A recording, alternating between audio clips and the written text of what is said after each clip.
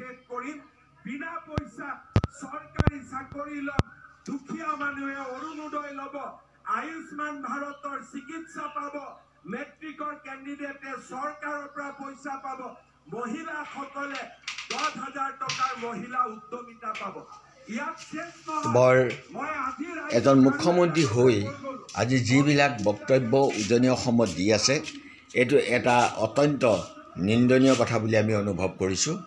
আপোনাসকলে নিশ্চয় জানে যে আমাৰ প্ৰখ্যাত সাহিত্যিক হোমেন বৰগোহাঁই ছাৰ যেতিয়া আছিলে তেতিয়া হোমেন বৰগোহাঁই ছাৰে কেইটামান সাহিত্য বিষয়ক সৰু সুৰা কথাকে সাহিত্য বুলি পেলাই ক'বলৈ গৈছিলে। সেয়া হ'ল তেখেতে নীলাচলৰ পাতত লিখিছিলে ট্ৰাক সাহিত্য। এই ট্ৰাকবিলাকৰ পিছফালে সংকেত দিয়ক আকৌ আহিম দেই খবৰ কৰিব নম্বৰটো দিব।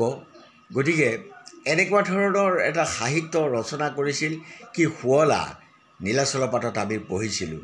কিন্তু আজি লাজ লাগিছে হিমন্ত বিশ্ব শৰ্মাই নিৰ্বাচনৰ নামত তেওঁ বিভিন্ন ঠাইত ভাষণ দি এই আমি কংগ্ৰেছী নহওঁ বেলেগ কথা নহ'লেও আমি যেতিয়া ভাষণবিলাক শুনো তেতিয়া আমাৰ লাজ লাগে।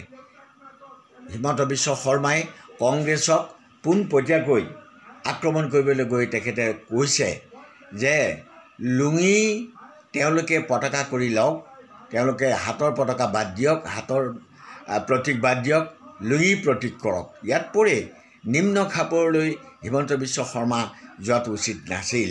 গতিকে আমি ভাবোঁ এই যি ইলেকশ্যনবিলাক নিৰ্বাচনবিলাকক এক পণ্যলৈ হিমন্ত বিশ্ব শৰ্মাই পৰ্যবেক্ষিত কৰাইছে। ই এটা বৰ নিন্দনীয় লাজৰ কথা। আৰু তাৰ লগে লগে কংগ্ৰেছেও ঠিক তেনেধৰণেকৈ অন্য এক ৰূপেৰে সৈতে সেই একেই নিন্দাৰ আমি কৰিব পৰা ব্যৱস্থাটোলৈ লৈ গৈছে। গতিকে নিৰ্বাচনবিলাক সদায় এটা ভাল সৌহাৰ্দ্যমূলক হ'ব লাগে আৰু নিৰ্বাচনত যিবিলাকে ভাষণ প্ৰদান কৰে সেইবিলাকে যেন নিৰ্বাচনৰ ভাষণ হিচাপে সকলোৱে গ্ৰহণ কৰিব পাৰে এনেকৈ ধৰণকৈ মানুহক কটাক্ষ কৰা নিৰ্লজ্জ কটাক্ষ কৰা হোৱাটো আমি উচিত বুলি নাভাবোঁ।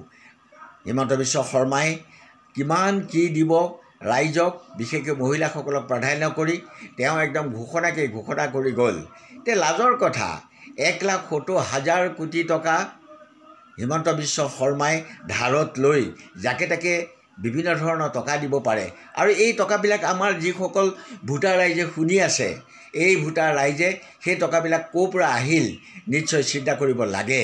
এই টকাবিলাক কেৱল আমাৰ উপাৰ্জনৰ টকা নহয় কাৰণ আমাৰ উপাৰ্জনৰ টকাবিলাক হিমন্ত বিশ্ব শৰ্মাই টেক্সৰ আমাৰ সকলোবিলাক লুটি নিলে আৰু পিছত এতিয়া তেওঁ নিৰ্বাচনী বতৰণি পাৰ হ'বৰ কাৰণে বিভিন্ন শিতানৰ পৰা 1,70,000 কোটি টকা ধাৰ কৰি সেই ধাৰ আমাক তেওঁলোকে আমুক দিম তামুক দিম কৈ ভোটৰ ৰাজনীতি বৈতৰণি পাৰ হ'বলৈ ওলাইছে। এইটো এটা নিৰ্লজ্জ কথা এইটো এটা পুৰুষৰ কথা নহয় এইটো এটা কাপুৰুষালী কথা। গতিকে এনেধৰণৰ কাপুৰুষালী কথা এনেধৰণৰ কাপুৰুষালী বক্তব্য আমি নিৰ্বাচনৰ বেলিকা আমি আশা নকৰোঁ। আমি আশা কৰিছোঁ যে হিমন্ত বিশ্ব শৰ্মাই তেওঁ নিজৰ যিটো গ্ৰেভিটি বুলি কোৱা হয় তেওঁ নিজৰ মুখ্যমন্ত্ৰীৰ যি গাদীখনৰ যি সন্মান সেই সন্মান ৰক্ষা কৰি তেওঁ বক্তব্য প্ৰদান কৰিলে আমি নিশ্চয় ভাল পাম।